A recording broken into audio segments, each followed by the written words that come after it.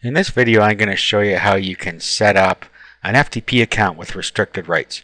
You may want to do this if you're giving out FTP information to contractors or somebody that's doing some work for you. This way you can give them restricted access to certain directories. Okay, so to do that, what you want to do is go to the FTP manager in your cPanel. And then what you want to do is set up an FTP account. Okay, so go to FTP accounts. And then what you want to do is set up a new account. So just add FTP account.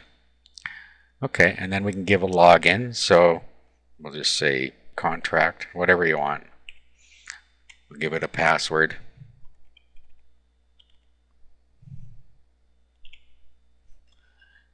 Okay. The quota is unlimited. And then here is where you can give them access to a certain directory. So if you want them to upload to a certain directory and then you'll move it from there, this is how you can do it. So it'll automatically default to what the login information is, but you can change that. So if you wanted to give them access to a directory you already have, you can put the name of the directory in here. If you just put a slash in here, get rid of the contract out of there, he will have access to everything in your public HTML directory and below it. In other words, everything on your server. Okay, now I have a directory called test. So if I want to give them access to a directory called test, that's all I have to do. We'll click create.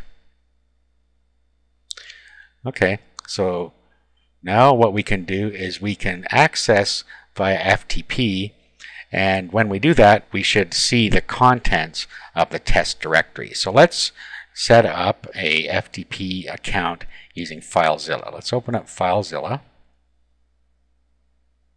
Okay, so I'll just use the quick connect up here to connect up. So we'll put the domain name in here, and then in here we put the username. Now the username is contract at and our domain name here.